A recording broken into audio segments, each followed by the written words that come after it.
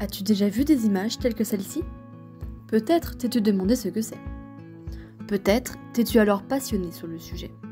Et peut-être ne sais-tu pas ce que c'est et souhaites savoir de quoi il s'agit. Eh bien non, ce n'est ni un enfant qui s'est défoulé avec des crayons de couleur, ni une œuvre d'art. Il s'agit du connectome.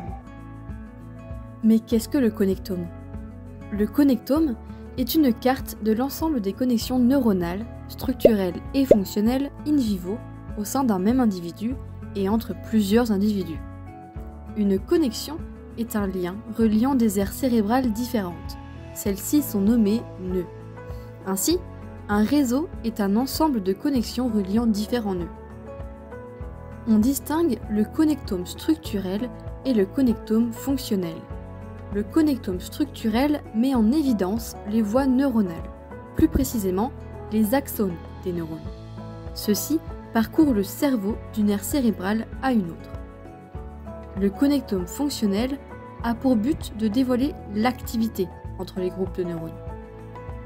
Comparons cela aux routes terrestres, maritimes ou aériennes.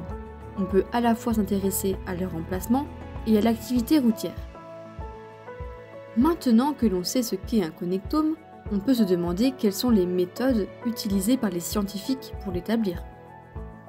Pour ce qui est du connectome structurel, ils utilisent l'IRM de diffusion et la tractographie à haute résolution. Cette méthode met en évidence les faisceaux de substances blanches composées d'axones. Pour former la carte des réseaux appelée connectome, il leur faut un ensemble de données recueillies chez plusieurs individus, et il leur faut procéder à quelques calculs de probabilité. Pour ce qui est du connectome fonctionnel, des images du cerveau sont collectées pendant un temps défini via IRM fonctionnel. L'individu est soit dans un état de repos, soit en train de réaliser une tâche. Selon un seuil d'activité défini, des nœuds sont sélectionnés. Plus ils sont nombreux, plus on obtient un réseau structurellement complexe. Les recherches sur le connectome ont débuté au début des années 2000. Les docteurs Sporns et Hagman sont à l'origine de ce terme. À travers le monde, plusieurs équipes de recherche ont travaillé sur l'élaboration du connectome du cerveau humain. The National Institutes of Health ont sponsorisé pendant 5 ans le projet Human Connectome Project.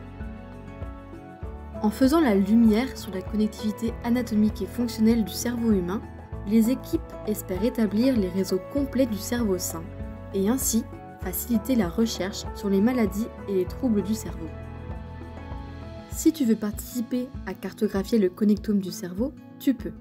Un scientifique américain a créé un jeu nommé EyeWire collectant des données pour modéliser les circuits de traitement de l'information visuelle.